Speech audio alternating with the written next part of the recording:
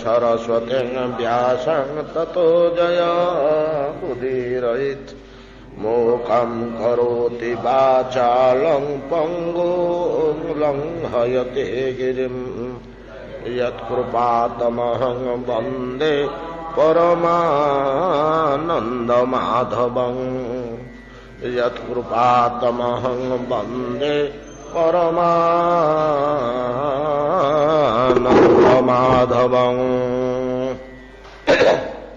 श्रीशुक उवाच इति संचिन्तयन् कृष्णं स्वफलकतनयोध्वने रथेन गोकुलं प्राप्तः सूर्यचास्तगिरिं नृप पदानि तस्याखिललोकपाल किरीटजुष्टामलपादरेणो ददर्श गोष्ठे खिति कौतुकानि विलक्षितान्यब्जजबाङ्कुशाद्यै तदर्शनाह्लाद विवृद्ध सम्भ्रम प्रेम्णोर्ध्वरूमाकुलेक्षण प्रेम्णोर्ध्वरूमाश्रुकलाकुलेक्षण रथादवस्कन्द्य सते स्वचेष्टत प्रभोरमोऽन्यङ्घ्रिरजांस्यहो इति देहभृतं यान अर्थो हित्वा दम्भं भियं शुचम् सन्देशात् जो हरिर्लिङ्ग दर्शनं श्रवणादिभिः। श्रील श्रीपाद शुकदेव गोस्वामी कहउछन्ति महाराज परीक्षित श्रवण करंतु संदेशात जो हरिर्लिंग दर्शनम हरिर्लिंगम श्रीहरिंग स्वरूपर चिन्ह पाद चिन्हादि ब्रजमंडल चतुष्पार्श्वरे कृष्ण क्रीड़ा काल रे जेतेबेले परिभ्रमण करिसंति ताहांकर पाद चिन्ह अष्टादश लक्षण विमंडित ही रहिछि। अक्रूर रथ उपरु ताहा दर्शन करी आनंद मूर्छित चित्तरे विहुलित हो से पादधूली उपरे पड़िले। से पादधूली की सर्वांगल बोलिले। सुखदेव गोस्वामी कहउछन्ते जे मायार जो हरिविस्मारक ईश्वर को भूले दवा पाई अस्त्रत्रय प्रयोग करे जीव किपरि ईश्वर को भूली जाऊ संसार मोहरे माति जाऊ यह द्वारा संसार लीला निर्द्वंद्व निर्वाहित हो सृष्टि प्रक्रिया सुंदर भाव चालू रहिबो। जदि माया मुग्ध न है मानव नामक मुख्य जीव भागवत चिंतन रे बुड़ी रहे व्यापृत रहे एवं समस्ते देह त्याग परे मुक्ति लाभ करी गोलोक वैकुंठ आदि गति करती ताहले भगवान सृष्टि नामक जो लीला चक्र ए लीला व्याहत हब ए लीला व्याहत हब। एणु माया को निर्देश जीव को तू भूलई संसार आबद्ध करी रख जेपरि संसार कार्य सुंदर भाव में चलिब। माया ईश्वर को भूलैवा नानाविध कौशल विराट पसरा सजाड़ी थोई देछि। ए विश्व भगवान मानव शरीर जो पांचटी इंद्रिय देइछन्ति से पांचटी इंद्रिय पई शब्द स्पर्श रूप रस गंध और पांच प्रकार पदार्थर विराट पसरा सजाड़ी करी थोइछि। से पसराटी होछि विश्व।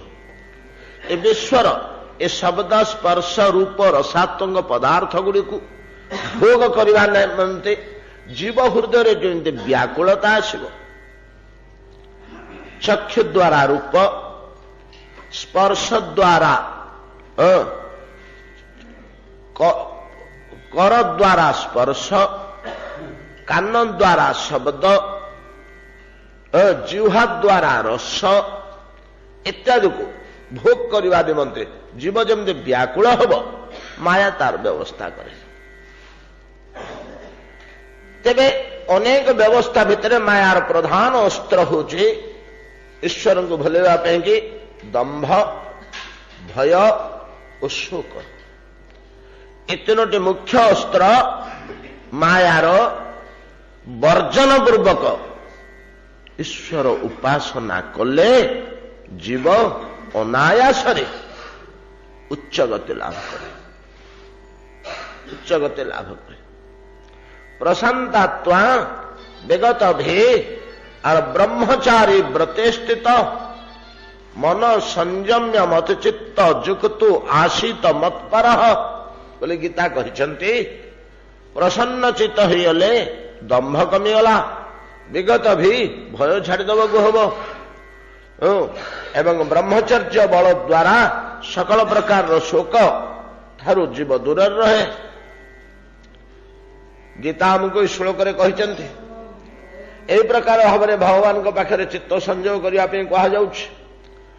अक्रूर जहा कले पथ मध्य से समस्त कार्य दंभ भय शोक वर्जित थिला बोली आमे गत काली आलोचना करछे। अक्रूरंगर केमती दर्प बा दंभ अभाव थिला केते कथा काली आलोचना कले बहुत आड़क कथा पड़ेला। अक्रूर होचंदे कंसर राजमंत्री, विश्वस्त मंत्री, पारिवार मंत्री ओ ताहांको उपरे कंस निर्भरशील बोली हमको जना जाउछि। कृष्ण को राम को गोकुल आनिबा पे अन्य मंत्री माने समर्थ हेबेनी। अक्रूर को से कंस पठेछि। एते बड़ लोकटे जा उपरे राजा निर्भर करुछि जे नहले राजार कार्य न चले। घोर विपद समय आश्रय करुचे जहां कंस भाया नरपति तार स्थान कौटी केते उच्चरे से दंभ से दर्प नथिला अक्रूरंग मनरे। से दंभ दर्प जदि थांता ताहले से गोपाल बालकर पादरेणु देहरे बोली ही न थांते। मु कंस मंत्री अक्रूर मो हाथ रे राजा नाचुची, मु जहा कहबी राजा ता करिवो, मु केते बड़ लोक मु गोटे गोपाल बालकर पाद धूली बोली हेबी देहरे छी एडे निकृष्ट कार्य करिबी। आउ मध्य आमे काली आलोचना करछे कथा सह ए कथा आमे काली आलोचना करछे। या सहित आउ केते उडे कथा आलोचना करछे जे साधारण मनुष्य मध्य अनेक क्षेत्र रे दंभ और दर्पर प्रभाव भगवान को निकट को सम्मुख को गले मध्य प्रणाम टे करने को समर्थ है। ठियारे ठियारे टिके हाथ उठेदेला मुंड भी नुआई पारानी। मथा एते उन्नत जे दर्प और दंभ बल मुंड नुआई पारानी।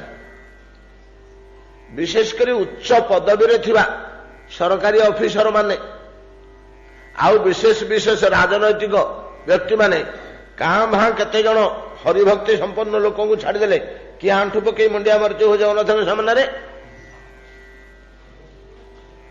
केतोटी हरिभक्त अछंदी जो मानकर जन्मरु सात्विक स्वभाव रही से माने उच्च पदवी रे थिले मध्य दर्प ताको छुई पारुनी। भगवान को सामने को तळे पळि आउछंदी से दंभ दर्प कड़े उड़ी जाऊँ। किंतु अधिकांश को देखा गले काली आम गोटे कथा आलोचना करछे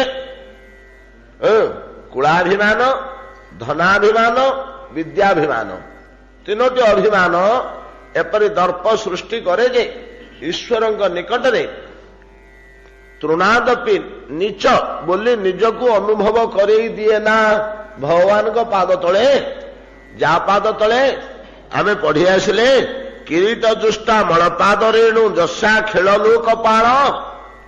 लोकपाल इंद्र अग्नि जम सूर्य एमाने समस्ते जहां पाद तले प्रणाम करी से पाद धूली जदि उड़िकी पड़ जाइए किरीट रे निजर रत्न किरीट रे से गौरव मन करती विभु पाद रज पड़ी मोर मस्तक बोली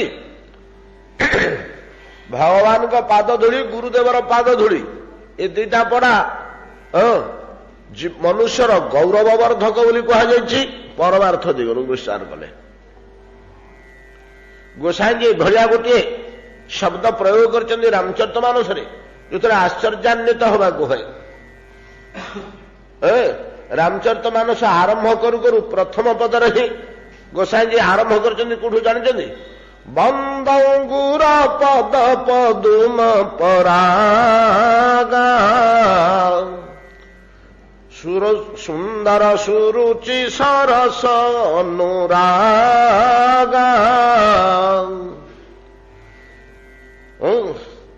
विमल संभूतन विमल विभूति मंगल मंजुल मोद प्रसूति कि अद्भुत सिद्धांत प्रथम रूप ना कि विद्वान लोकटे हो तत्वज्ञ लोकटे तुलसीदास गोसाई आरंभ करुचे मंगलाचरण ग्रंथ रु कूठू ना बंद क्या वंदना करुचे बंद गुर पद पद्म परागा गुरुदेव पाद धूलिकी प्रथम वंदना आरंभ कले बंद गुर पद पद्म परागा शुभक सुरुचि सरस अनुरागा जहा गुण ता पाखे रहा शुभग सौभाग्य प्रदानकारी सरस आनंद प्रदानकारी सुरुचि परम सौंदर्यमय बा सौंदर्य प्रदानकारी शुभग सुरुचि सरस अनुरागा ठीक अच्छे गुरुपाद पद्मर धूली हौ सौभाग्य प्रदायक आनंद प्रदायक सौंदर्य प्रदायक बा शुभा श्री प्रदायक सबू हूँ गोटे पद लिखिदेला लोकटा टिके चिंता कलानी तो विमल संभूतन सरस विभूति भगवान शिवंक शरीर भस्व साथी तुलना कर गुरुपाद धूलिकी गुरुदेव पाद धूली क्या साथी समान हो आपण जहा आपण गुरुदेव जिते बड़ लोक हेले पाद धूली नहीं आप शिव देह बोलिए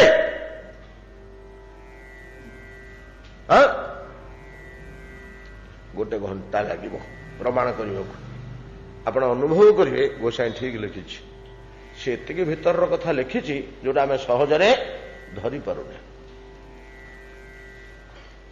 आपण गुरुदेव जिते बड़ लोक हूँ जिते सिद्ध पुरुष हूँ जिते परम महात्मा हूँ पाद धूली पोछि नहीं शिवलिंग देहरे बोलिए कि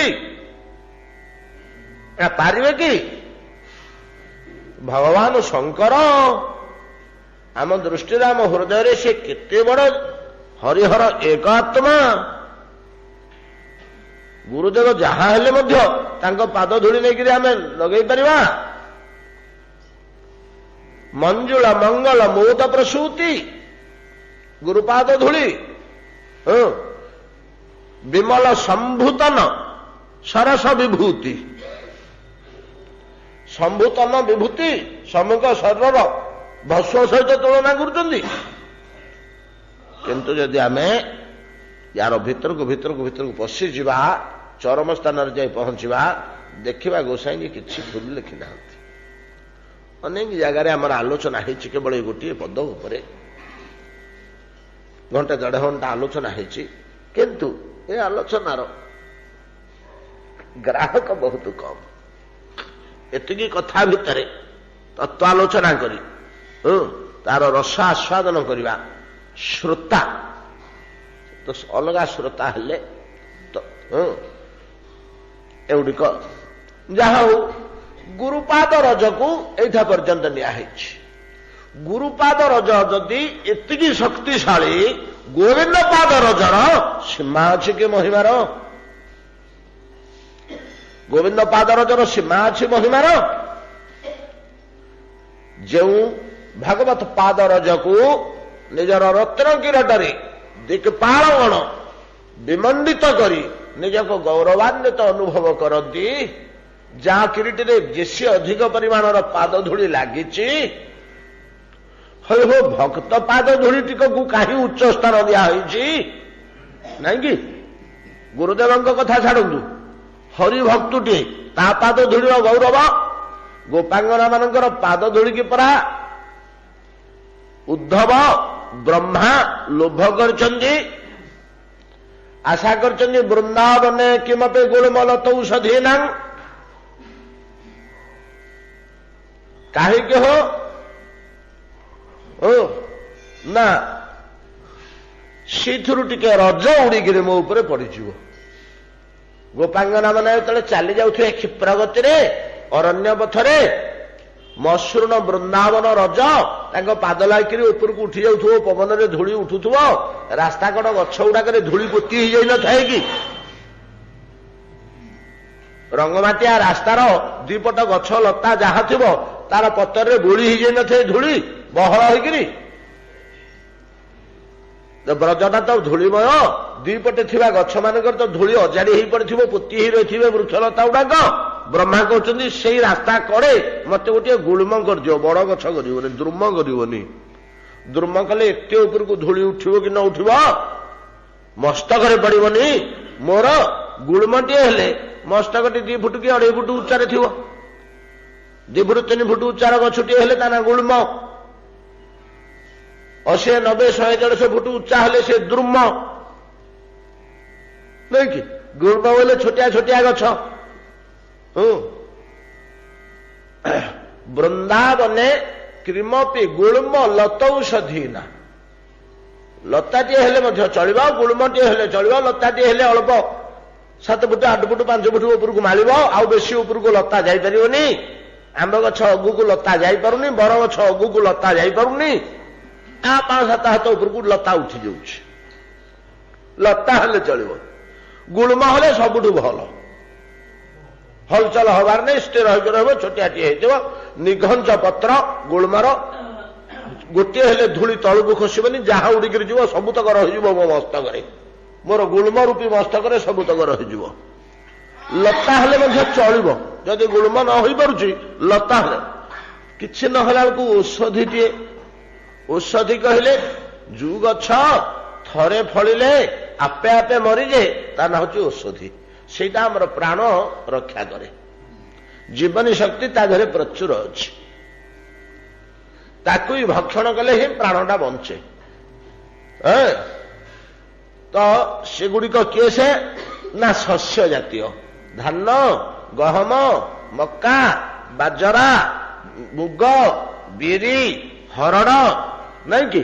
ଏଇ ଜାତୀୟ ଜିନିଷ ଗୁଡ଼ିକ ଶସ୍ୟ ଜାତୀୟ ଜିନିଷ, ଯୋଉ ଶସ୍ୟ ଦାନା ଆମେ ପ୍ରତିଦିନ ଆହାରରେ ମୁଖ୍ୟ ଖାଦ୍ୟ ରୂପେ ଗ୍ରହଣ କରୁ, ଭାତ, ଡାଲି ପ୍ରଭୃତି। ସେଇଥିରେ ହିଁ ଔଷଧି, ତା ନାଁ ହେଉଛି ଔଷଧି, ପ୍ରାଣ ରକ୍ଷାକାରୀ। ଔଷଧୟ ଔଷଧୟ କିଏ? ସେ ଏ ଶସ୍ୟ ଜାତୀୟ। ଇଥିରୁ ହେଲେ ଗୋଟିଏ କରିଦେଲେ ଛୋଟିଆ ଗଛଟିଏ ରାସ୍ତା କଡିଥିବ, ରାଶି ଗଛଟିଏ କି ବିରି ଗଛଟିଏ କି ଗହମ ଗଛଟିଏ ହେଇକି ରାସ୍ତା କଡେ ଯଦି ମୁଁ ରହିଥିବି, ତାହେଲେ ଧୂଳି ଉଡ଼ିକିରି ମୋର ସର୍ବାଙ୍ଗରେ ବୋଳି ହେଇକି ରହିଥିବ। କାହାର ପାଦ ଧୂଳି? ଗୋପାଙ୍ଗନା ମାନଙ୍କ ପାଦ ଧୂଳି। କିଏ ବୃକ୍ଷଲତା ଗୁଳ୍ମ ଔଷଧି ହେବାକୁ ଚାହୁଁଛି? କୋଟି ବ୍ରହ୍ମାଣ୍ଡର ପ୍ରଥମ ପୁରୁଷ ବ୍ରହ୍ମା, ଭକ୍ତ ପାଦ ଧୂଳିଛି, ଭକ୍ତ ପାଦ ଧୂଳିଛି। ଭରତ ମହାଶୟ ସ୍ପଷ୍ଟ ଭାବରେ କହିଲେ, ରୌଗଣ ରୌଗଣ ତମକୁ 50 ପୃଷ୍ଠାର ଶାସ୍ତ୍ର ଜ୍ଞାନ ବତେଇ ଆସିଲି। 50 କାହିଁ ବେଶୀ ହବ, ରହୁଗଣ ଯାହା ଶିକ୍ଷା ଦେଇଛନ୍ତି। ସବାରିରୁ ଓହ୍ଲେଇ ରାଜା ସାଷ୍ଟାଙ୍ଗ ପ୍ରଣିପାତ କରି ପାଦ ତଳେ ପଚାରିଲେ, ଆପଣ କିଏ? ସେ ଇଏ ଅନର୍ଗଳ ଗାଇଗଲେ ତାଙ୍କୁ ଶିକ୍ଷା। କୋଉ ଶିକ୍ଷା ଆଉ ନ ଦେଇଛନ୍ତି କହିବାକୁ ନାହିଁ ଜଡ଼ ଭରତ। ଲାଷ୍ଟ ଶ୍ଲୋକଟାରେ କଣ କହିଲେ? ଏତେ କଥା କହିଲି ସିନା ରହୁଗଣ, ଏଗୁଡା କିଛି ହବନି, ହେ ଖାଲି ଶୁଣିବା କଥା, ଏଗୁଡା କିଛି କରିହବନି। ଗୋଟିଏ କାମ କରିବ ବୋଲି ଯୋଉଟା ଚାହିଁବ ସେଟା ହେଇଯିବ। ଯେତେ କଥା ତମକୁ 50 ପୃଷ୍ଠା ଭିତରେ ବତେଇ ଆସିଲି, ଏଥିରୁ ଗୋଟିଏ ହେଲେ କରିବା ସମ୍ଭବ ନୁହଁ, ଖାଲି ଶୁଣିଲ ସିନା। ଲିସୁନଟେ ପକେଇଦେବୁ, ଉପରକୁ ଚଢିଯିବୁ, ହାତ ବଢେଇକି ତ ଚନ୍ଦ୍ରଟାକୁ ଧରି ପଳେଇ ଆସିବୁ, ଆଉ କଣ? ସରିଗଲା କଥା। ଲିଶୁଣି ପକେଇକି ତ ଚଢିଯିବୁ ଉପରକୁ ଧରି ପଡ଼ି ଆସିବ ଚନ୍ଦ୍ରମାଙ୍କୁ ଛାତ ଉପରେ ଲିଶୁଣିଟା ପକେଇବୁ କଥାରେ ସରିଗଲା କାମରେ ଧରି ପଡ଼ି ଆସିବ ଚନ୍ଦ୍ରମାକୁ ଛାତ ଉପରେ ଲିଶୁଣି ପକେଇକିରି ଯେପରି ସେମିତି କଥା ଅଲଗା କାର୍ଯ୍ୟ ଅଲଗା କାର୍ଯ୍ୟ ତ ଏଗୁଡାକ ହବନି ଥିଓରିଟିକାଲି ମୁଁ ତମକୁ ବତେଇଦେଲି ପ୍ରାକ୍ଟିକାଲି ହବନି ଗୋଟିଏ ହେଲେ କରିହବନି କିନ୍ତୁ ଏଇଭଳିଆ ଗୋଟିଏ କୌଶଳ ଅଛି ରହୁଗଣ ରାଜା ସେ ରାଜାଙ୍କ ନାଁ ରହୁଗଣ ସେ ସିନ୍ଧୁ ସୌବୀର ଦେଶର ରାଜା ଟାଣୁଆ ରାଜା ପରମାର୍ଥ ଦୃଷ୍ଟିରୁ ବ୍ରହ୍ମଜ୍ଞାନ ଶିକ୍ଷା କରିବା ପାଇଁ କି କପିଳ ମୁନିଙ୍କ ଆଶ୍ରମକୁ ଯାଉଥିଲେ ବାଟରେ ଭର୍ତ୍ତ ମୁନିଙ୍କ ସହିତ ଦେଖା ହେଇକିରି ଏମିତି ଜଡ ଭର୍ତ୍ତଙ୍କ ସହିତ ଦେଖା ହେଇଛି ଏହା କୌଣସି କୌଶଳଟି ମତେ ଟିକେ ବତାନ୍ତୁନି କଣ କଲେ ଏଥିରୁ ଯୋଉଟା ମୁଁ ଚାହିଁବି ହେଇଯିବ ଆପଣ ବତେଇଥିବା କଥା ମାନଙ୍କ ଭିତରୁ ପରମାର୍ଥ ସାଧନା ମାନଙ୍କ ଭିତରୁ ନା ଗୋଟିଏ ତ ଜିନିଷ ଆଉ ତାକୁ ପ୍ରୟୋଗ କଲେ ଯୋଉଟା ଚାହିଁବ ସେଟା ହେଇଯିବ ଆଉ କଣ ସେଇଟା ରହୁଗଣ ତତ ତପସା ନ ଜାତି ନଚେ ଜୟା ନିର୍ବାପଣାତ ଗୃହାତ ବା न छंदसा नैव जलाग्नि सूर्य बिना महत पाद रजोभिषेकम तमें गाधई पक आज्ञा मु तो नीति गाधौची ना पानी रे गाधेबनी हो आज्ञा गंगा पानी नाही गंगा जल नुह आज्ञा पंचामृत रे गाधेबी ना ता मध्य नुह कुथरे गाधेब बिना महत्व अभिषेक कहले स्नान अभिषेक शब्दर अर्थ होची विशेष आडंबरात्मक स्नान को अभिषेक कहुए आमर जगन्नाथ पुष्याभिषेक होना स्नान टा ना खाली पानी ढला देवाभिषेक पूर्णिमा कौ दिन ज्येष्ठ पूर्णिमा कौन से कहते स्नान पूर्णिमा अभिषेक ना से अभिमंत्रित जल बाजा बाजन आडंबर सहकारे विविध मंत्र वेद ध्वनि हरिध्वनि हुलुध्वनि भितरे महामहोत्सव भितर स्नान कार्य बाथरूम गाधुआ को अभिषेक कहते आडंबरात्मक महामहोत्सव पूर्ण गाधुआ को देव स्नान देवतांकर जो स्नान है ये आडंबर पूर्ण देखो अभिषेक कहुए बिना महतपाद रजोभिषेक लुचाईकि हरिभक्तर पाद चली बोलबनी हो रहुगण अभिषेक बाजा बाजना बजई समस्त को लोक बाक डकई लक्ष लक्ष भितर हरिभक्तर पाद धूली देहरे बोली हम स्नान कला भाया बोली हम ढाली हम पानी ढाला भाया पाद धूली ढाली हम बिना महत पाद रजोभिषेकम बिना एटा नहले एत कथा जो बतैली कूटा हबनी एटा हेले अभिषेकटी जोटा चाहिए सेटा जेतुरा चाहिए सेतुरा भलिया कथा कहुची भक्त पाद रज चैतन्य चरितामृत सबुतक संग्रह कर गोटे पदरे कहीदेले भक्त पाद रज आर भक्त पद जल भक्त पद रज आर भक्त पद जल भक्त भुक्त अवशिष्ट तीन साधनेर बल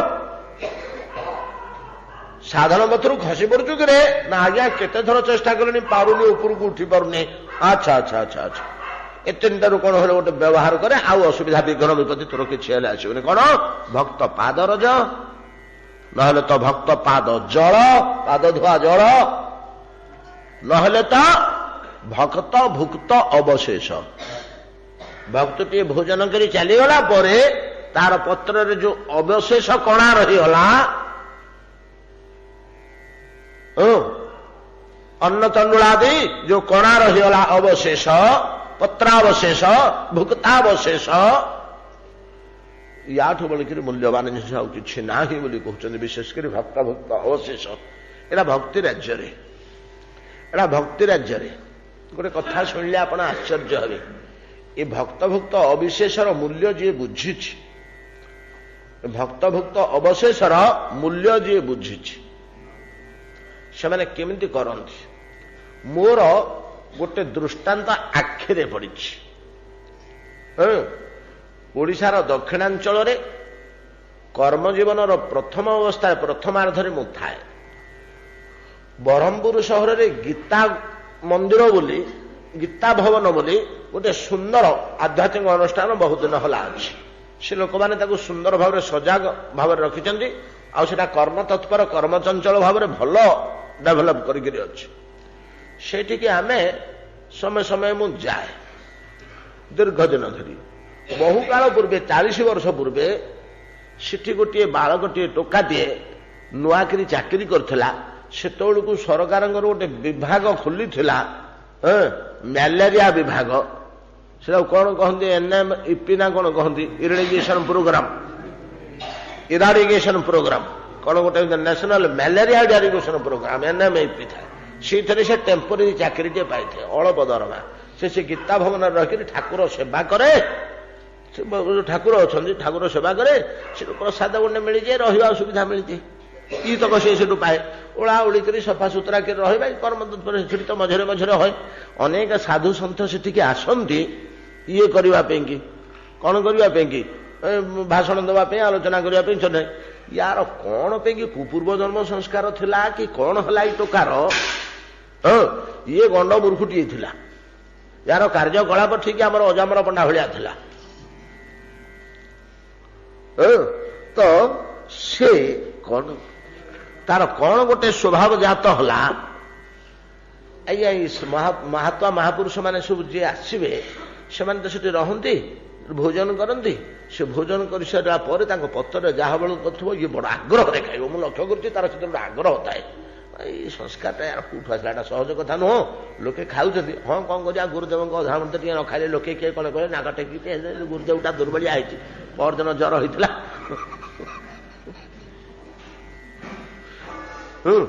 न खाला भाया निरुपाय है पाटे मारदे किए एपटे बाहर सेपटे पकेला भाया कर बाहर करदे जहा हो किंतु ये लोकटा चाटिक खाई जाऊँ आनंद रे आग्रह रे बाछ विचार नहीं एटा तो कम संस्कार नुहे यहाँ मुझे बेले मोर दीर्घ दिन तले से खाए एमती खाइला बेले तार से खाइबा देखिले से जमी विकल होकर खाऊ थाए जमी पशु जंतु भोकिला होते कुटा घास पकईदे विकल हो चबईजे पागल होकर सह सह से सेमती से जगिक थी से तो निजे बढ़ा बढ़ी करे दिया दे करे अधिका कर से न खाई जो उठी पड़ी आ मुहूर्त डेरी ना ये भूस कर बस पेशी खाई एकदम यार संस्कार कौटू आसला कहीं तार भितर रुचि आग्रह जात हो निश्चय पूर्वजन्म संस्कार कौन थी ओहो से मोर जुठाखोर कथा मन पड़ी जाए एमती समस्त अईठा बाध्यतामूलक खाई खाई जुठाखोर आम आलोचना करने नाभा दास कथा जे बोईत भासी जाऊला जे गुरुदेव को आनी लिखिं भारतर जतक भक्त समस्त जीवन लिखि भक्त चरित्रमाला भक्त चरित्रमाला तो से जुठाकर कथा मन मन पड़ जाए ये 20-30 वर्ष बीतीगला मझे मझे जाए तापर मुझे देखिली से गोटे अद्वितीय साधु अद्भुत भक्तिपूर्ण जीवन तार आज्ञा बड़ कथा गंड मूर्खटा थिला शास्त्र मानकर सिद्धांत से एडे सुंदर कहूची आलाप आलोचना भितर से मत देखिले खुशी है केते कथा भगवती कही पकेब शास्त्र प्रमाण वाक्य गुड़ाक कहूँ आज्ञा पढ़ा नहीं पढ़ी नहीं किसी नहीं लोकटा जीची मो बंची अच्छी युवक अच्छी मोठू 10 वर्ष छोट हम 10-15 वर्ष बयस तिलक फेल कर गोटे महात्मा भाया तार से जो प्रकार थिला रही स्थान लोकों दृष्टि से जड़े महामानव भाया गृहीत हो बल निष्ठा बल गोटे लक्षण गोटे आदर्श गोटे एग्जाम्पल गोटे उदाहरण गोटे ये तो समस्ते जानते मोर प्रत्यक्ष जिनस यहाँ मुझे कहूँ ब्रह्मपुर गीता भवन कथा जहा हो भक्त भुक्त अवशेष आमर श्री जगन्नाथंगर महाप्रसाद शास्त्रतः विचार कले तो जहाँ आमर रही महाप्रसाद तो केमिति लाभ करुची वस्तुत्व तार परिहार हो जाउची चिन्मयत्व आसूची बुझीपार ना तार वस्तुत्व नष्ट हो जाउची ଗୋଟେ ପାଞ୍ଚଭୌତିକ ବସ୍ତୁ ତ ଭାତ ଡାଲି ତରକାରୀ ୟା ଏ ଆଳୁ ବାଇଗଣ କନ୍ଦମୂଳ ଫେରେ ପକୋଡା କନ୍ଦମୂଳ ପିତା ବାଇଗଣ ପୁଚିଆ ସାରୁ ଯାହା ହଉଛି ସେ ମହାପ୍ରସାଦ କେମିତି କଣ ହଉଛି ଯେ କୁ ପ୍ରୋସେସଟା ଯାହାର ମୋ ମନର ଏଇଟା କଣ ତା ଭିତରେ ପରିବର୍ତ୍ତନ ହଉଛି ଯେ ତାକୁ ଶାସ୍ତ୍ର ପଣ୍ଡିତ ବିଦ୍ୱାନ ମୁନି ଋଷି ମାନେ ଯୋଉମାନଙ୍କର ଆମ ଅପେକ୍ଷା କୋଟିଏ ଗୁଣ ଅଧିକ ତୀକ୍ଷ୍ଣ ମେଧା ଯୋଉମାନେ ବହୁ ବିଚାର କରିବା ଲୋକ ଯୋଉଟା ବହୁ ନିଷ୍ଠାପର ରାତି ପାଇଲେ ସେଜୁରୁଠେ ଛୁନା ଛୁନା ହେଇକିରି ଦୂରେଇକି ରହିବେ ଶୌଚ ଶୁଦ୍ଧ ଭୂତ ଭାବରେ ସେ କଣ ଚଣ୍ଡାଳ ଉଚ୍ଛିଷ୍ଟ ହେଲେ ଖାଉଛନ୍ତି? ଆମେ ତ ହୋଟେଲ ଖାଇଦଉଛୁ ଯୋଉଟାକ ଏଡ଼ିକି ଶୁଦ୍ଧଭୂତ ଅବସ୍ଥାରେ ରହୁଛନ୍ତି ମହାପ୍ରସାଦ ହେଇଥିଲେ ଚଣ୍ଡାଳ ଉଚ୍ଛିଷ୍ଟ ହେଲେ ମଧ୍ୟ ଅନାୟାସରେ ଗ୍ରହଣ କରୁଛନ୍ତି।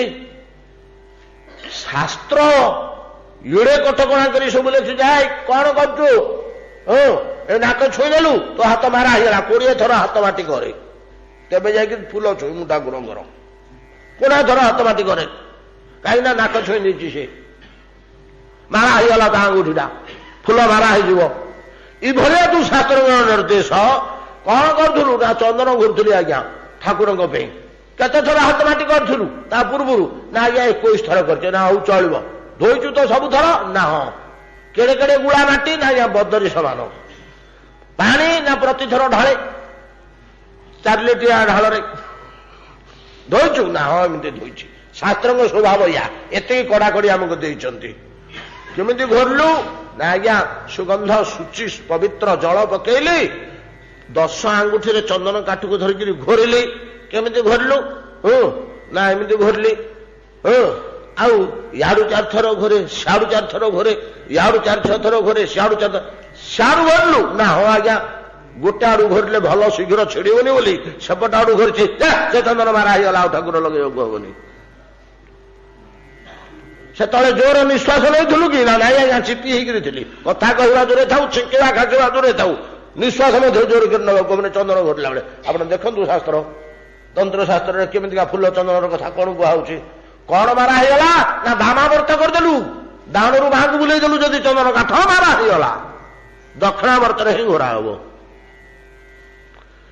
ଯୋଉ ଶାସ୍ତ୍ର ୟା କହୁଛନ୍ତି ଚନ୍ଦନ ଟିକେ ଘୋରିବା ପାଇଁ ଏତିକି କଟକଣା ସିଏ ମହାପ୍ରସାଦ ସମ୍ବନ୍ଧରେ ଯେତେବେଳେ ସେଇ ଶାସ୍ତ୍ର କହିବାକୁ ଗଲେ ବୋଲେ କଣ ହେଲା ବେଳେ ନା ଆଜ୍ଞା ମହାପ୍ରସାଦ ନା ଠିକ ଅଛି କୁକୁରସ୍ୟ ମୁଖାତ ଭ୍ରଷ୍ଟ ଯଦି ପତିତ ଭୂତଳେ ଭଙ୍ଗା ହାଣ୍ଡିରୁ ଛେଲୁଆ ଖଣ୍ଡେ ଧରି କୁକୁର ଧରି ପଳଉଥିଲା ସେ ଛେଲୁଆଟା ଫଟାଟା ଖଣ୍ଡେ ତା ବାଟରେ ଅଛି ଖଣ୍ଡେ ଖସି ପଡ଼ିଲା ନହେଲେ କିଏ ଓ ହାତରେ ଗୋଟେ କୁକୁରଟେ ବସି ଯାଇଛି ବୋଲି ତା ବାଟରୁ ଖସି ପଡ଼ିଲା ଛେଲୁଆଟା। ସେଇଥିରୁ ଆଣି ଭୋଜନ କଲେ ମାରା ହେଇଥିବା ପଇତା ପବିତ୍ର ହେଇଯିବ। ପଇତା ମାରା ହବନି। କୁକୁରସ୍ୟ ମୁଖାତ ଭ୍ରଷ୍ଟ ଯଦି ପତତି ଭୂତଳେ ଚୈତନ୍ୟ ମହାପ୍ରଭୁ ଗୋଟେଇକିରି ନେଲେ ସାର୍ବଭୌମ ଭଟ୍ଟାଚାର୍ଯ୍ୟ ସମସ୍ତ ଭାରତର ଅଦ୍ୱିତୀୟ ବିଦ୍ୱାନ ତା ନିଷ୍ଠା ତାହାର ମହାପ୍ରସାଦ ଖାଏ ନା। ସୁଆରମାନେ ରାନ୍ଧୁଛନ୍ତି ସେମାନେ 1 ନମ୍ବର ବ୍ରାହ୍ମଣ ନୁହନ୍ତି। ବ୍ରାହ୍ମଣ ମାନଙ୍କର କାଟେଗୋରୀ ଅଛି। ସେ ସାର୍ବଭୌମ ଭଟ୍ଟାଚାର୍ଯ୍ୟ ଅତି ଉଚ୍ଚ କୋଟିର ବ୍ରାହ୍ମଣ ସେ ଅନ୍ୟ ବ୍ରାହ୍ମଣଙ୍କ ଘରେ ଗୋଡ଼ ଧୋଇବନି ଏଇଭଳିଆ ନିୟମରେ ସେତେବେଳେ ଚଳୁଥିଲେ। ଆଉ ସେ ମହାପ୍ରସାଦ ଖାଇବ ଯିଏ ପଡ଼ିଲା ସିଏ ଛୁଁଛି ଯିଏ ପଡ଼ିଲା ସିଏ ନଉଛି ଭାତ ଡାଲି ଗୁଡାକ। ଚୈତନ୍ୟ ମହାପ୍ରଭୁ ହାତରେ ଧରିକିରି ଗଲେ ଶୋଇଛନ୍ତି ଶଯ୍ୟାରେ ଉଠା ଉଠା ଭଟ୍ଟାଚାର୍ଯ୍ୟ ଛଡ଼ ବଢ଼େଇକିରି ଉଠିଲେ ସାର୍ବଭୌମ ଭଟ୍ଟାଚାର୍ଯ୍ୟ ଗଙ୍ଗା ମାତା ମଠରେ। ସେଟା ତାଙ୍କ ଘର ନା ଉପରେ ଗଙ୍ଗା ମାତା ମଠ ହଡ଼ ବଢ଼େଇକିରି ଉଠିଲେ ନିଅ ଧର ଦର୍ଶନ କରିବାକୁ ଯାଇଥିଲେ ମଙ୍ଗଳ ଆଳତୀ ଯେ ଆସିଲା ବେଳକୁ ଆନନ୍ଦ ବଜାରରେ ପଡିଥିଲା ମେଞ୍ଚେ ଯେ ମୁଁ ଟିକେ ପାଇଲେ ଆଉ ଟିକେ ଗୋଟେ ଆଣିଛି ତମ ପାଇଁ। ମେଞ୍ଚେ ଅନ୍ନ ପଡି ଯାଇଥିଲା ତଳେ ଗୋଟେ ଆଣିଛନ୍ତି ଭାତ। ସାର୍ବଭୌମ ଭଟ୍ଟାଚାର୍ଯ୍ୟ ହଡ଼ବଡ଼େଇକିରି କାହିଁକି ଉଠିଛନ୍ତି? 2 ଦିନ ତଳେ ଷଡ଼ଭୁଜରୁ ପ୍ରତ୍ୟକ୍ଷିଛନ୍ତି ଏଇ ଲୋକଟିର। 2 ଦିନ ତଳେ ଏଇ ଲୋକଟିକି ତା ପୂର୍ବରୁ ସେ ମାନୁନଥିଲେ ପଣ୍ଡିତୁଟେ ଯେ ଭଲ ଭକ୍ତି ଥିବା ପଣ୍ଡିତୁଟି ଏତିକି ମାନୁଥିଲେ। ଯୁବକ ସନ୍ନ୍ୟାସୀଟା ସନ୍ନ୍ୟାସ ଧର୍ମ ରଖିପାରିବନି ପରା ଏଟାକୁ ବସିକିରି ବେଦାନ୍ତ ପଢେଇବାକୁ ବୋଲି ପଢଉଥିଲେ ପ୍ରତିଦିନ। ଦି ଚାରି ଦିନ ତଳେ ଯେତେବେଳେ ଷଡ଼ଭୁଜ ମୂର୍ତ୍ତି ଦେଖିଦେଇକରି ତୋବା ହେଇକି ରହିଛନ୍ତି, ଏଟା କଣ କି ଅଦ୍ଭୁତ କଥା। ଆମେ ଷଡ଼ଭୁଜ ମୂର୍ତ୍ତି ଦେଖୁଛେ ଜଗମୋହନରେ, ନାଇଁ କି ଜଗମୋହନରେ କାନ୍ଥ ଦିହରେ ଷଡ଼ଭୁଜ ମୂର୍ତ୍ତି ରହିଛନ୍ତି। ଜଗନ୍ନାଥଙ୍କର ଗରୁଡ଼ ଖମ୍ବର ଉତ୍ତର ପାର୍ଶ୍ୱ ଉତ୍ତର ପଟ ଖମ୍ବରେ, ଦକ୍ଷିଣ ଦ୍ୱାରରେ ତ ପ୍ରତିଷ୍ଠା ହବା ବୋଧେ 40-50 ବର୍ଷ ହବ, ବେଶୀ ଆଗର ନୁହଁ। କିନ୍ତୁ ଇଏ ତ କୋଉ ଅନାଦି କାଳର ଚୈତନ୍ୟଙ୍କ ସମୟର ହିଁ ଲୋକେ ସେତେବେଳେ ଯାହା ଅନୁଭବ କରିଛନ୍ତି ଆଉ ସେଠି ସ୍ଥାନ ଦେଇଛନ୍ତି ଷଡ଼ଭୁଜ ମୂର୍ତ୍ତି। ସେଇ ଷଡ଼ଭୁଜ ମୂର୍ତ୍ତି ଦେଖିଛନ୍ତି ତ ହଡ଼ବଡ଼େଇକିରି ଉଠିଛନ୍ତି, ମୁହଁ ଧୋଇ ନାହାନ୍ତି, ଦୌଡ଼ି ପଳେଇଗଲା, ଧର ଧର ଧର ଉଦ୍ଧାର ହେଇଯିବ, ମୋକ୍ଷ ପାଇଯିବ। ଯୋଉ ମୋକ୍ଷ ମୋକ୍ଷ ମୁକ୍ତି ମୁକ୍ତି ହଉଛ ବେଦାନ୍ତ ଆଲୋଚନା କରି ଏଇ ଗୋଟେ ମୁହୂର୍ତ୍ତରେ ମୋକ୍ଷ ହବ, ଧର। ସାଙ୍ଗେ ସାଙ୍ଗେ ହାତ ବଢ଼େଇକି ଧରିଲେ, ମୁହଁ ଧୋଇ ନାହାନ୍ତି, ଦାନ୍ତ ଘଷି ନାହାନ୍ତି, ଲୁଗା ବଦଳେଇ ନାହାନ୍ତି, ଶୌଚ ଔଷଧ ଭାତ ଗୁଡାକ ହାତରେ ଧରିଲେ, ବାକ୍ୟ ରଚନା କଲେ। ଗୁଡାକ ମହାପୁରୁଷ ଗୁଡାକ ତ ବଡ ଗୁଡାକ, ଏଇଟା ସାର୍ବଭୌମଠାକୁରଙ୍କ ବାକ୍ୟ ନା। ଶୁଷ୍କମ୍ବା ପର୍ଯୁଷିତମ୍ବା ନୀତମ୍ବା ଦୂର ଦେଶତଃ ପ୍ରାପ୍ତ ମାତ୍ରେଣ ଭୁକ୍ତବ୍ୟ। ପାଇଲା ମାତ୍ରେ ମହାପ୍ରସାଦ ବାଟରେ ପକେଇବ, ମାତ୍ର କାଳ ବିଚାରଣା। ଶୁଷ୍କମ୍ବା ଶୁଖି ଯାଇଥାଉ ନିର୍ମାଲ୍ୟ ଭଳିଆ, ପର୍ଯୁଷିତମ୍ବା ପୋଚା ହେଇଯାଇଥାଉ, ପଚି ଯାଇଥାଉ, କିଛି ଯାଏ ସେ ନାହିଁ, ତାର ଚିନ୍ମୟତ୍ଵ ନଷ୍ଟ ହବନି, ପଚିଗଲେ କି ଶୁଖିଗଲେ। ଶୁଷ୍କମ୍ବା ପର୍ଯୁଷିତମ୍ବା ନିତମ୍ବା ଦୂର ଦେଶତଃ। ବାଟରେ ଯିଏ ପଳେଇ ଆସି ଶୁଣିଛି, ଗାଡିରେ ବସରେ ବୋହିକି ନେଉଛେ ଭାତ ହାଣ୍ଡିଟେ। ବ୍ରାହ୍ମଣିଆଙ୍କର କାହିଁକି, ଏ ସେବାୟତ ମାନଙ୍କର ହଉ ନହେଲେ ଆଉ ଯାହାର ହଉ, ହାଣ୍ଡିଶାଳକୁ ଆଗେ ଆଖିଏ ଦେଖିଦବ। ବାହାର ଲୋକ ଆସିଲେ ଯାହାର ଆଖି ପଡିଗଲା ଯଦି ସେମିତି କି ଲୋକର ତ ଜାତିର ବିଚାରରେ ଯାହା ଥିଲା ଆଗେ ବର୍ତ୍ତମାନ ସିନା ନାହିଁ ଆମର। ଆମେ ତ ସମସ୍ତେ ହୋଟେଲରେ ହାଣ୍ଡିଶାଳ ବନ୍ଦ ହେଇଗଲାଣି, ସମସ୍ତଙ୍କର ଅଧିକାଂଶଙ୍କର ହାଣ୍ଡିଶାଳ ବନ୍ଦ ହେଇଗଲାଣି। ଏମିତି ବ୍ରାହ୍ମଣ ବୈଷ୍ଣବ କେତେ ଜଣଙ୍କର ଏମିତି ସାମାନ୍ୟ ଟିକେ ହାଣ୍ଡିଶାଳ ବୋଲି ଅଛି ସିନା, ନହେଲେ ପ୍ରାୟ ହୋଟେଲରେ ସମସ୍ତଙ୍କର ହାଣ୍ଡିଶାଳ ହେଇଗଲାଣି। ସେଟା ଜାତୀୟ ହାଣ୍ଡିଶାଳ, ନ୍ୟାସନାଲ ହାଣ୍ଡିଶାଳ ସେଟା।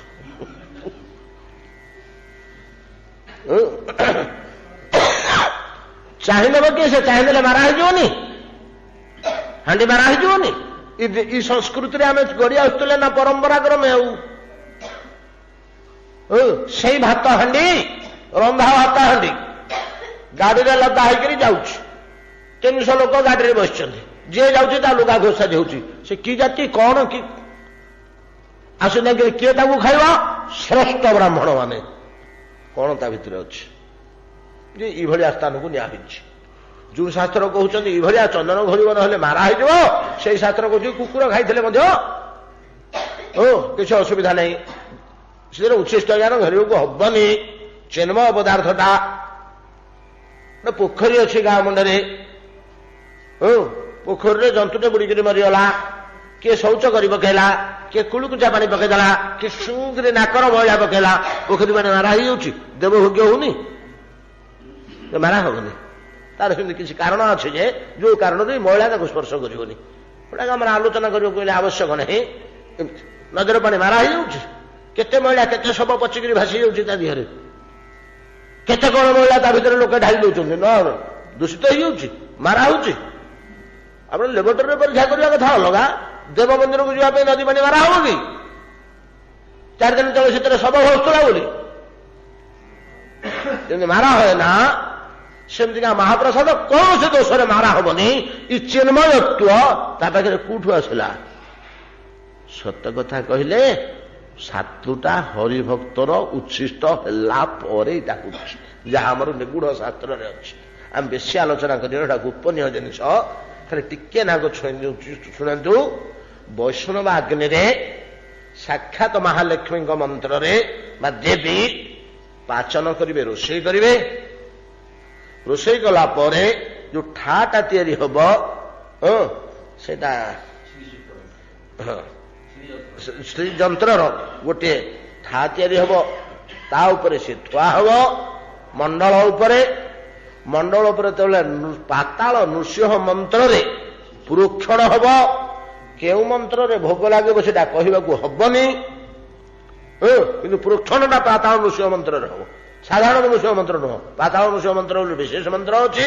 ସେଇ ମନ୍ତ୍ରରେ ପ୍ରୋକ୍ଷଣ ହବ, ପ୍ରୋକ୍ଷଣରୁ ଶୁଦ୍ଧ ହବ। ତାପରେ ଦିବ୍ୟ ମନ୍ତ୍ରରେ ଭୋଗ ଲାଗିବ। ସେଇ ବସ୍ତୁଟି କି ବଡ ଠାକୁରଙ୍କ ହାତକୁ ବଢା ହବ। ବଡ ଠାକୁର ଦେବେ ସୁଭଦ୍ରାଙ୍କ ହାତରେ, ସୁଭଦ୍ରା ଜଗନ୍ନାଥଙ୍କୁ ଖୁଆଇବେ। ଯାହା ବଳି ପଡ଼ିଲା 7ଟା ଭକ୍ତ ଜଗିକିରି ଅଛନ୍ତି। 1 ନମ୍ବର, 2 ନମ୍ବର ପ୍ରହ୍ଲାଦ, ବଳି, ଭୀଷ୍ମ, ହନୁମାନ, ଏମିତି କିଏ ଅଛନ୍ତି। ସେ 7 ଜଣ, ତାପରେ ଜଣେ ଇଏ ଖାଇବ, ତା ପତ୍ରରୁ ବଳିଲେ ସେ ଖାଇବ, ତା ପତ୍ରରୁ ବଳିଲେ ସେ ଖାଇବ। ଏମିତି 7 ଜଣ କହି ସେପଟେ ପ୍ରୋସେସିଂ ହେଇକିରି ବାହାରିଲା ପରେ ସେ ଚିନ୍ମୟତ୍ୱ ପ୍ରାପ୍ତ ହେଲା। ଆଉ ତା ଦେହରେ ଭୁଲ ଦୋଷର ପ୍ରଶ୍ନ ନାହିଁ, ସ୍ପର୍ଶ। ତେବେ ଦେଖନ୍ତୁ ଭକ୍ତ ଭୁକ୍ତ ଅବଶେଷର କିଭଳିଆ ତେଜ ରହିଛି, ଶକ୍ତି ରହିଛି। ଏଗୁଡ଼ା କଣ ମୂର୍ଖ ଲୋକମାନେ ତିଆରି କରିଛନ୍ତି କି? ଏଗୁଡ଼ା ମୂର୍ଖ ଲୋକମାନେ ତିଆରି କରିଛନ୍ତି? ଭଗବାନଙ୍କ ଅବତାର ବ୍ୟାସ ପରା ଆସିକି ରଚନା କରି ଯାଇଛନ୍ତି ଏସବୁ ଶାସ୍ତ୍ର। ଏବଂ ପ୍ରବୀଣ ପଣ୍ଡିତ ମାନେ, ବେଦଜ୍ଞ ପୁରୁଷ ମାନେ, ପରମ ନିଷ୍ଠାପର ଶୌଚ ସମ୍ପନ୍ନ ପୁରୁଷ ମାନେ ଏହାକୁ ଅନୁମୋଦନ କରିକି ତା ପାଇଁ କାରିକା ତିଆରି କରିଛନ୍ତି। ଛୋଟିଆ ମୋଟିଆ ଲୋକ ବିଚାର କରିନାହାନ୍ତି, ଅନ୍ଧବିଶ୍ୱାସୀ ଲୋକ ତିଆରି କରିନାହାନ୍ତି। ଭକ୍ତ ଭୁକ୍ତ ଅବଶେଷ 3 ସାଧନେର ବଳ। ଯଦି ସାଧନା ପଥରେ କୌଣସି ବିଘ୍ନ ଆସୁଛି, ଆଗକୁ ଆଗେଇ ହଉନି, ସେତିକି ବେଳେ ଏ 3ଟାରୁ ଯଦି କିଛି ପ୍ରୟୋଗ କରିଦିଆଯାଏ, ଆଉ ବିଘ୍ନ ବିପଦ ଗୋଟିଏ ହେଲେ ଆସିବନି।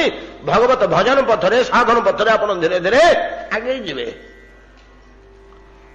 ଇଏ ହଉଛି ଉପାସନାର ପାଦ ଧୂଳିର ମହତ୍ଵ, ପାଦ ଜଳର ମହତ୍ଵ ଏବଂ ଭୋଜନ ଅବଶେଷର ମହତ୍ଵ। এই ପ୍ରକାର ପାଦ ଧୂଳି ସାଧାରଣ ଯଦି ଭକ୍ତର ୟା, ଗୁରୁଦେବର ୟା, ଆଉ ଗୋବିନ୍ଦର ପାଦ ଧୂଳି, ତାକୁ କିରୀଟରେ ବହନ କରି ଲୋକପାଳ ମାନେ ଗୌରବାନ୍ୱିତ ମନେ କରିବନି ନିଜକୁ, ହେଇପାରେ। କିନ୍ତୁ ବର୍ତ୍ତମାନ ବାହ୍ୟ ଦୃଷ୍ଟିରୁ ଦେଖିଲେ ଅକ୍ରୂର ମହାଶକ୍ତିଶାଳୀ କଂସମନ୍ତ୍ରୀ କୃଷ୍ଣ ଏକ ଗୋକୁଳ ନିରୀହ ବାଳକ, ଯାହା ପାଖରେ କିଛି ବିଶେଷତ୍ୱ ନାହିଁ। ଜାତିରେ ବୈଶ୍ୟ, କାର୍ଯ୍ୟ ଗୋଚାରଣ, ବୟସରେ କ୍ଷୁଦ୍ର, ବାସ ବନ ଭିତରେ। ତାର ପାଦ ଧୂଳିରେ ଭୁଲୁଣ୍ଠିତ ହଉଛନ୍ତି। ଦମ୍ଭ ଅଛି, ନିଜର କଂସ ମନ୍ତ୍ରିତ୍ୱ ଦମ୍ଭ ଅଛି, ମୁଁ କଂସର ମନ୍ତ୍ରୀ, ଯେପରି ଦମ୍ଭ ନାହିଁ ଠିକ ତଦ୍ରୂପ ଭୟ ନାହିଁ କି ସୂଚ ନାହିଁ। ଭୟ କେମିତି ନାହିଁ? ଭୟ ନାହିଁ କାହିଁକି? ମୁଁ କଂସର ଦୂତ ହିସାବରେ କୃଷ୍ଣ ବଳରାମଙ୍କୁ ନବା ପାଇଁ ଆସିଛି। ଆମର ମନ୍ତ୍ରଣା ଥିଲା କୌଶଳ କ୍ରମେ କୃଷ୍ଣ ରାମଙ୍କୁ ନେଇ କୌଣସି ମତେ ଆମେ ହାତୀ ପାଦ ତଳେ ପେଶି ମାରିଦେବୁ। ହାତୀ ପାଦରୁ ଯଦି ଭାଗ୍ୟବଶତଃ ବଞ୍ଚିଗଲେ ତାହେଲେ ଅଷ୍ଟମଲ୍ଲ ଅଛନ୍ତି। ଏ 2ଟା ମହାଶକ୍ତି ଏପର୍ଯ୍ୟନ୍ତ ଅଛନ୍ତି। ତା ତଳର ଯେତେକ ଶକ୍ତି ଗୁଡ଼ିକ ପଠା ହେଇଥିଲା ସେଟା ଅକାର୍ଯ୍ୟ ହେଇଗଲା, କିଛି କାମ କଲାନି। ତେଣୁ ନିଜ ଅକ୍ତିଆରକୁ ନେଇ ଏ 2ଟା ଶକ୍ତିକି ରେଡିକିରି ରଖାଯାଇଛି। ଏ 2ଟା ଅନିର୍ବାର୍ଯ୍ୟ ଶକ୍ତି, ଅଲଙ୍ଘନୀୟ ଶକ୍ତି। ଅତଏବ ଆମର କୃଷ୍ଣ ଆଉ ବଳରାମ ହଉଛନ୍ତି ଚରମ ତମ ଶତ୍ରୁ, ଏବଂ ମୁଁ ଆସିଛି ଶତ୍ରୁ ବିଜୟର ଅତ୍ୟନ୍ତ ବିଶ୍ୱସ୍ତ କାର୍ଯ୍ୟକର୍ତ୍ତା ହିସାବରେ, କର୍ମକର୍ତ୍ତା ହିସାବରେ କାର୍ଯ୍ୟ ନିର୍ବାହ କରିବା ପାଇଁ। କାହାର? କଂସର ଯେ ଘୋରତର ଶତ୍ରୁ, ବା ମୋର ଯେ ଘୋରତର ଶତ୍ରୁ କଂସ ତରଫରୁ। ଆଜି ମୁଁ ଯଦି କଂସର ଯିଏ ମହାଶତ୍ରୁ ତାର ପାଦ ଧୂଳିକି ବୋଳି ହେଉଥିବା କଥା କିଏ ଗୋଟେ ଯାଇ କଂସକୁ କହିଦବ, ମୋ ଅବସ୍ଥା କଣ ହବ? ମୋ ଅବସ୍ଥା କଣ ହବ? ମୁଁ କଂସ ତରଫରୁ କୃଷ୍ଣ ବିରୋଧରେ ତା କାର୍ଯ୍ୟ ନିର୍ବାହ କରିବା ପାଇଁ ଆସିଛି। ତ ଯଦି ଜଣା ପଡିବ ଯେ ମୁଁ କଂସର ଶତ୍ରୁ କୃଷ୍ଣଙ୍କର ବଶୀଭୂତ, ତାକୁ ପ୍ରଭୁ ଜ୍ଞାନ କରେ, ତାର ପାଦ ଧୂଳି ନିଏ, ତାକୁ ମାନେ, ଭିତରେ ଭିତରେ ତା ସାଥିରେ ମୋର ସମ୍ବନ୍ଧ ଅଛି, ମୁଁ କଂସ ପାଖରେ ରହି ମଧ୍ୟ କୁରୁବଳଙ୍କର ଖାଇ ପାଣ୍ଡବଙ୍କର ଚିନ୍ତା ମୁଁ କରୁଛି, ନାଇଁ କି? ଶକୁନି ଭଳିଆ ଶକୁନି କଣ କରୁଥିଲେ? କୁରୁବଂଶଟା କେମିତି ବିନାଶ ହବ ତାଙ୍କର ବିଶ୍ୱସ୍ତ ହେଇ ତାଙ୍କ ଭିତରେ ଥାଇ ତାଙ୍କର ମନ୍ତ୍ରୀ ହେଇ ତାଙ୍କର ମୁଖ୍ୟ ଆଉ ସମ୍ପୂର୍ଣ୍ଣ ଦୁର୍ଯ୍ୟୋଧନ ନିର୍ଭର କରୁଥିଲା ଶକୁନିର ବୁଦ୍ଧି ଉପରେ। ଆପଣ ତ ଜାଣିଛନ୍ତି, ଆମେ ବହୁତ ଦିନ ପୂର୍ବେ ଥରେ ଆଲୋଚନା କରିଥିଲେ କେମିତି ମୃତ୍ୟୁ ଗୃହ ମଧ୍ୟରୁ ଅନ୍ଧଗୃହ ମଧ୍ୟରୁ ଶକୁନିକୁ ଉଦ୍ଧାର କରି ଦୁର୍ଯ୍ୟୋଧନ ନେଇଥିଲେ ଆଉ ଏବଂ ତାଙ୍କ ମନ୍ତ୍ରୀ ପାଇଁ ଏଇ ଲୋକଟା ଦ୍ୱାରା କାମ ହବ ବୋଲି ଆଉ ସେଇ ଲୋକଟାର ବୁଦ୍ଧିରେ ତ ଚାଲିଛନ୍ତି ଆଉ ସିଏ ମଧ୍ୟ ସେଇ ଭଳିଆ ବୁଦ୍ଧିମାନ ଲୋକ ବୋଲି କୌଣସି ମତେ ସେ ବଂଶଟାକୁ ବିନାଶ କରେଇଲା ନା ଆଉ। ବିନା ଶକୁନିରେ ଭଗବାନ କୃଷ୍ଣ କେମିତି କରିଥାନ୍ତେ? ହୋ କିଛି କରିପାରିନଥାନ୍ତେ, ଭଗବାନ କିଛି କରିପାରିନଥାନ୍ତେ ଶକୁନି ସହାୟତା ନ କରିଥାନ୍ତା। ସେ ସବୁ କ୍ଷେତ୍ର ପ୍ରସ୍ତୁତ କରିଦିଏ ବୋଲି ଏ ଫଳଟା ତୋଳି ନିଅନ୍ତି ନା। ସେ ସବୁତକ ବ୍ୟବସ୍ଥା କରିଦିଏ ସବୁ କ୍ଷେତ୍ରରେ, ଖାଲି ଏଇଠି ନାହିଁ ସବୁ କ୍ଷେତ୍ରରେ। ତ ଠିକ ସେଇଭଳିଆ ଶକୁନି ଭଳିଆ ମୁଁ କଂସ ତରଫରେ ଥାଇ କୃଷ୍ଣ ସହିତ ଭିତ୍ରି ସମ୍ବନ୍ଧ ରଖିଛି, କୃଷ୍ଣକୁ ସ୍ୱାମୀ ରୂପେ ଗ୍ରହଣ କରିଛି। ଇଆଡେ କଂସକୁ ସ୍ୱାମୀ ବୋଲିକିରି କହୁଛି ବାହାରେ, ଭିତରେ କଂସ ମହାଶତ୍ରୁ କୃଷ୍ଣକୁ ସ୍ୱାମୀ ରୂପେ ଗ୍ରହଣ କରିଛି। ତାଙ୍କ ପାଦ ଧୂଳି ମୋର ପ୍ରିୟ ପଦାର୍ଥ। ଏଇଟା ଯଦି କୌଣସି ମତେ କଂସ କାନକୁ ପଳେଇବ ତାପରେ ମୋର ଅବସ୍ଥା କଣ ହବ? ସେ କଂସ ଯେ ଛୋଟିଆ ଲୋକ ନୁହେଁ, ଆଉ କିଏ ନୁହଁ। ଆଠୁଟା ଭରକୁ କଚାଡ଼ିକିରି ପିଟିକିରି ମାରିଛି ଜନ୍ମ ହଉ ପଥର ଦିହରେ, ଛୁରୀ କଟୁରୀ ଦରକାର ହେଇନି, ସିଧା କଚାଡ଼ି ଦିଏ ପଥର ଉପରେ ପାଷାଣ ଉପରେ ସଦ୍ୟଜାତ ଶିଶୁକୁ। କିଏ ନିର୍ମମ ସିଏ ନ ହେଇଥିବ? କେତେ ଦୂର ନିର୍ମମ ହେଲେ ଜଣେ ଲୋକ ୟା କରିବ ତା ମା ଆଗରେ, ତା କୋଳରୁ ଭିଡ଼ି ନେଇକିରି। ସଦ୍ୟଜାତ ଶିଶୁଟି 2 ଘଣ୍ଟା କି 4 ଘଣ୍ଟା ହେଲା ଜନ୍ମ ହୋଇଛି, ପାଷାଣରେ ପିଟି ଛତୁ କରିଦବ, ତାକୁ ଛିନ ଛତ୍ର ହେଇଯିବ ଚଟଣି ଭଳିଆ। ଆଉ ତାକୁ ଦେଖିକିରି ସେ ଖୁସି ହବ। କ୍ରୂର ତ କ୍ରୂର ପରଶୁରାମ, ତାଠୁ ବଳକା କ୍ରୂର ଇ କଂସ। ହେଲେ ଭଗବାନଙ୍କ ଭଳିଆ କ୍ରୂର ନାହିଁ ଯେ ହିରଣ୍ୟକଶ୍ୟପକୁ ବିଦୀର୍ଣ୍ଣ କଲା ବେଳେ ଯୋଉ କ୍ରୂର ସେ ହେଇଛନ୍ତି, କ୍ରୂରତାର ଶେଷ ସୀମା। ଆଉ ସବୁଗୁଡାକ ଭଗବାନଙ୍କର ଅଂଶ, ଏଟା ତ ଅସୁର। ସେଭଳିଆ ଲୋକ ଯଦି ଜାଣିବ କି ମୋର ଏଇ କାର୍ଯ୍ୟ, ମୁଁ ଶତ୍ରୁକୁ ସ୍ୱାମୀ ରୂପେ ଭିତରେ ଭିତରେ ଗ୍ରହଣ କରିନେଇଛି, ତା ପାଇଁ ବୋଲି କାମ କରୁଛି, ମୋ ଅବସ୍ଥା କଣ ହବ? ହେଲେ କିଛି ସେ ଭୟ ସ୍ପର୍ଶ କଲାନି ତ ସେତେବେଳେ। କାଳେ ଧରା ପଡିଯିବି କି, କାଳେ କଂସ ଜାଣି ପକେଇବ, ଏ ଭୟ ଅଛି କି? ଯୋଉ ଚେଷ୍ଟା କଲେ କଂସ ପ୍ରତି ଭୟ ମଧ୍ୟ ଅକ୍ରୂରଙ୍କର କିଛି ନଥିଲା। ଯେମିତି ଦର୍ପ ନଥିଲା ସେମିତି ଭୟ ମଧ୍ୟ ନଥିଲା। ହିତ୍ୱା ପରିତ୍ୟକ୍ତ୍ୱା, ତ୍ୟାଗ ପୂର୍ବକ କଣ ନା ଦମ୍ଭମ୍ ଧିୟମ୍, ଆଉ ଗୋଟିଏ ଶୁଚ। ଶୁଚ କହିଲେ ଶୋକ। ଏଠି ଶୋକ କଣ ହଉଛି? ଏଠି ଶୋକ ହଉଛି, ଶୋକ ଜୀବର କେତେବେଳେ ଉତ୍ପନ୍ନ ହୁଏ? କେତେବେଳେ ମନୁଷ୍ୟର ଶୋକ ଉତ୍ପନ୍ନ ହୁଏ? ନିଜ ପ୍ରତି ଅତ୍ୟାଚାର ହେଲେ ସେଟାକୁ ଶୁଚ ହୁଏ, ସେଟା ପ୍ରକୃତ ଶୁଚ ନୁହଁ ବା ଶୋକ ନୁହଁ। ଶୋକ ଗୃହ, ସମ୍ପଦ, ଭୂମି, ମର୍ଯ୍ୟାଦା, ପଦବୀ, ବିଶେଷଣ ଗୁଡାକ, ପୁତ୍ର, ପତ୍ନୀ, କୁଟୁମ୍ବ, ବନ୍ଧୁ, ପିତା, ଜନନୀ, ଏମାନଙ୍କର କ୍ଷୟକ୍ଷତିରେ ଶୋକ ଉତ୍ପନ୍ନ ହୁଏ ଜୀବର। ଏଗୁଡାକର ବିନାଶକୁ ଶୋକ କୁହାଯାଏ। ଏଗୁଡାକର କ୍ଷୟକ୍ଷତି କି, ଏଗୁଡାକର ଧ୍ୱଂସକୁ, ଘର ଗୃହ ଦାହ ହେଇଗଲା, ମାମଲା ହେଇକିରି ଡିକିରି ହେଇକିରି ନିଲାମ ହେଇଗଲା, କୋରଖ ହେଇଗଲା, ରାଜା ଆସିକିରି ଜମିବାଡି ଛଡେଇ ନେଇଗଲେ ଜବରଦସ୍ତି, ଚୋର ଡକାୟତ ବସି ଧନ ସମ୍ପତ୍ତି ଲୁଟି ନେଇଗଲେ, କିଛି ନାହିଁ, ହଇଜାରେ ବାପ ମା କୁଳ କୁଳ କୁଟୁମ୍ବ ମରି ହଜିଗଲେ, କିଏ ନାହାନ୍ତି, ଏକୁଟିଆ ଅଛି, ଏଗୁଡାକରୁ ଶୋକ ଉତ୍ପନ୍ନ ହୁଏ। ତାକୁ ଶୋକ କୁହାଯାଏ। ମୁଁ ଭଲ ଅଛି, ଆଉ ସବୁ ମୋର ଧ୍ୱଂସ ହେଇଗଲା, ଏଥିରୁ ଶୋକ ଉତ୍ପନ୍ନ ହୁଏ। ଏଥିରୁ ଯୋଉ ଶୋକ ଉତ୍ପନ୍ନ ହୁଏ ଏଟାକୁ ସୂଚ କୁହାଯାଏ ଦାର୍ଶନିକ ଭାଷାରେ। ଏଠି ସୂଚଟା ମଧ୍ୟ ଆମକୁ ବଡ ଧରଣର ବ୍ୟଥିତ କରିଦିଏ ଯେ ଈଶ୍ୱରଙ୍କୁ ଭୁଲେଇ ଦିଏ, केतेक क्षेत्र रे ईश्वर प्रति सूच अविश्वास सृष्टि करे दंभ भय करें सूच ईश्वर प्रति अविश्वास सृष्टि कर दिए ये गोटाक जिनिस अन्नाथे नीति 1000 तुलसी नहीं चढ़ौली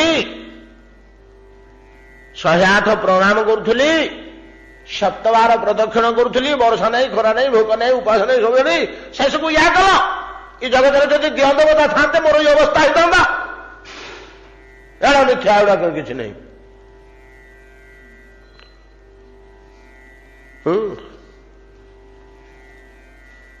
अनेक समय जीव निजर कर्म पे भगवान को ऊपर दोष दिए नहीं कि महाप्रभु तो या कले आ कौन करी महाप्रभु मत एमती कले ये दुख मत महाप्रभु देले शिर धुनि धुनि पछिता है गोसाई जी कौन गोटे लिखी रामचरित मानस कोठी मोर मन पड़े भल करी सो परत्र दुख पावई शिर धुनि धुनि पछिता ही पश्चाताप करे शिर धुनि धुनि पछिता ही मुंड बाड़े बाड़े दुख करी पश्चाताप करते कौन पश्चाताप करते काल ही कर्म ही ईश्वर ही मिथ्या दोष लगाई सुपरत्र दुख पाव ही शिर धुनि धुनि पछिता ही काल ही कर्म ही ईश्वर ही मिथ्या दोष लगाई केतले के काल को निंदा करे किए से कर्म को निंदा करे मो भाग्य जी थिला बोली आउ केतक ईश्वर को निंदा करती कौन पश्चाताप करती आज की 20 वर्ष हला नीति जाइकरी पद्म फूल 108 चोरी आनिक मंत्र पढ़ी अभिषेक करुली 108 को शिव मंदिर में से सब या फल पाइली सर्वस्व मोर गला हर किसी नहीं मिथ्या जिनिस टिके कौन था करुली कर्म या फल पाइली या ईश्वर दोष लगे ईश्वर जे दोष लगे देला तार ईश्वर विश्वास अविश्वास सृष्टि सी अविश्वास जो सृष्टि माया से देखला गोटे पड़ा ठीक पालरे यार 50 जन बंद आउ सी बाट को आसोनी चोरी डकैती बचो आउ सी अध्यात्मिक पथ को आसबनी कि दिह देवता मंदिर पशबनी कि पुराण पुराण छुईबनी ये अविश्वास जात कर दिए सूच मध्यम एक सूच कह जाए शोक ये शोक अक्रूरंकर चिंतन भितरे संदेशात हरेर्लिंग दर्शन पर्यंतम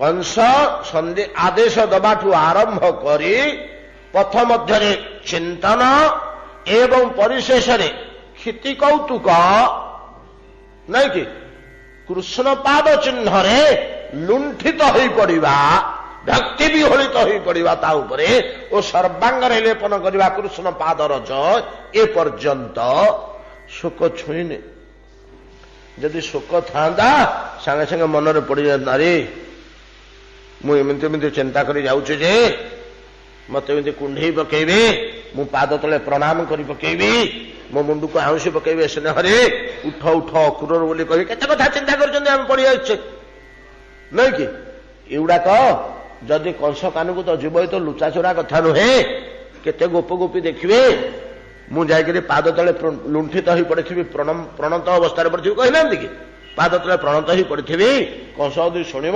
अक्रूर रथरू ओह्लैला रास्ता कड़े कृष्ण खेलुले पाद तले लंब होकर शोला कंस शुण मुठू जीवा पूर्व मु बंशीटी की प्रथम शेष कर मोर गृह दाह करी ध्वंस कर भस्यमूत करी मो पिला छुआ कूल कुटुंब आउ किए गोटे रे आम वंशरे किए थे आम गोत्र किए थे गोत्रटा यार एमती सबुड़ाक शेष कर दियो कंस जे सी मुझे फेरिक जीवी ठू कृष्ण बलराम को निए कि न निए फेरिक गला बेलू मोर अवस्था है मोर कूल कुटुंब गोत्र सह निरंजन अत्याचार विध्वस्त हो मोर गृह धन संपद इत्यादि ध्वंस एगुड़िक मुझे देखी जो दुख याठू बड़का आउ दुख अच्छी कि जदि कृष्ण पाद तले प्रणाम टे करदेवी ताहले या जदि हो जाए कंस यदि जानी जाए किए कहब मते पठे देकरी कृष्ण बलराम को आनिया कंस राजा टाणुआ राजा राजनीति रे धुरंधर निपुण जदि कंस राजनीति से भाया सुदक्ष न होई थांदा ताहले एते बड़ राज्य को एते शत्रु भितर संभाल कर से रही पारंता। राजनीति क्षेत्र में राजार दुई चक्षु भितर प्रथम चक्षु कौन प्रथम चक्षु हूँ गुप्तचर जहाँ लिखिं राजार जो दीटा आखि गोटे आखि हूँ गुप्तचर विभाग आउ गोटे आखि हूँ जो प्रशासन शासन पद्धति शासन जरिया से देखुची क्या कौन दंड दिहला परिणति कौन होला क्या कौन पुरस्कार दिहला परिणति कौन होला सामदान दंड भेद ये हूँ गोटे आखि आउ गोटे आखि हूँ गुप्तचर गुप्तचर आखि हूँ गोटा प्रकृत आखि से आखिरे दुष्य हो द्वितीय आखिटारे प्रतिकार प्रतिकार परिणति कौन है कि नहीं सामदान दंड भितर एक कथा किए लिखिं चाणक्य अर्थनीति कहते अर्थशास्त्र अर्थनीति नुह अर्थशास्त्र गुप्तचर हूँ प्रकृत आखि राजा मानकर सुपर्णखा ये कथाटी सुंदर भाव कही रावण को हुई रे तोर दक्षिण बाहिनी डा ना उत्तर बाहिनी तोर उत्तर बाहिनी टा ध्वंस हो गलानी तू आज पर्यंत जान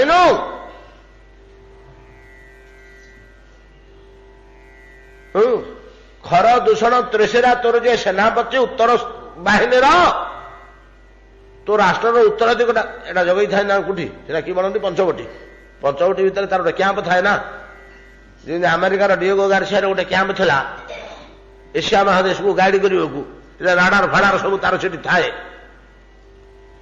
ये अंचल टाक से नजर रखिथे कौटी रही अमेरिका कौटी रही डिएगो गार्सिया एति दूर आसिक कैंप कर सेमतिका रावण रखिला पंचवटी तार गोटे ध्वस्त हो गला राम तो विनाश करदे सुपर्णरेखा जो पहुंचला से तो तार नाक कान कटाला आग तापर सेना बाहिनी ध्वस्त होला प्रथम नाक कान कटाला सुपर्णरेखा कहला तोर ए पर्यंत तू संवाद पाइलु तोर उत्तर बाहिनी कौन है उत्तर दुर्गटा तोर कौन है कौन वार्ता बहहीन तो वार्ता बहहीन हबाकू उपेन्द्र भंज लिखिं से जे जो राजार गुप्तचर बाहिनी दुर्बल से तो अंधुटे ता द्वारा किसी ये कथा से वार्ता बहहीन विश्व पाठ मन गोचर हेबाकू वार्ता बहहीन तोर गुप्तचर नहांती विश्व पाठ मान पृथ्वी में कौन हो प्रतिदिन तो पाखु रिपोर्ट आसुनी तू कि राजा हूँ तू राजकार्य संभाली पारिबुनी तू राजकार्य संभाली पारिबुनी डेली विश्वर कौटी कौन होची जदि रिपोर्टटा संध्या बेलू न आसला गुप्तचर विभाग तो एतादृश कंस राजनीति रे अभिज्ञ लोकटे दुर्धर्ष लोकटे तेणु संभाली एडे बड़ राष्ट्र को किए कहब मुझे आसला मो पछरे केतुटा गुप्तचर लगे दीची अक्रूर कार्यकलाप लक्ष्य कर बोली किए कौ रूप में कौटी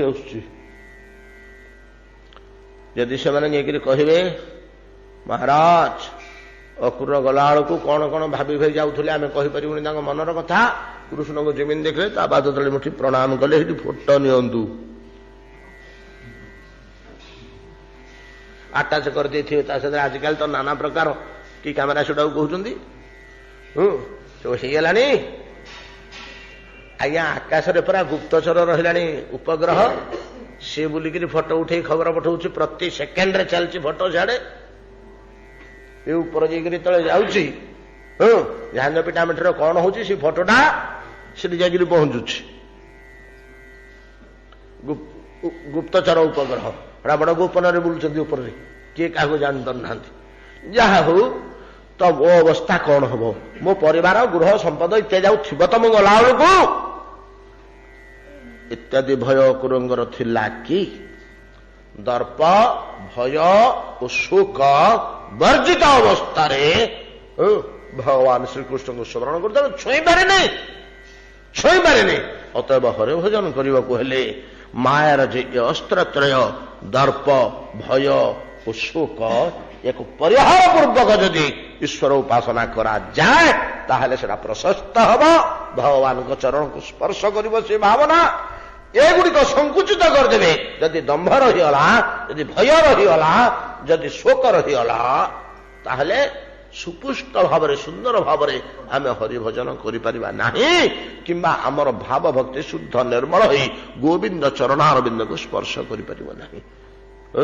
या भितर आउरी टिके रहीगला श्लोकर तात्पर्य आसंता काली अल्प टिके छुई परे आमे परवर्ती श्लोक को जीवा। समय विलंबित हलानी आज एतिके भाव तो विश्राम करंतु। भजनिताय गौर राधे श्याम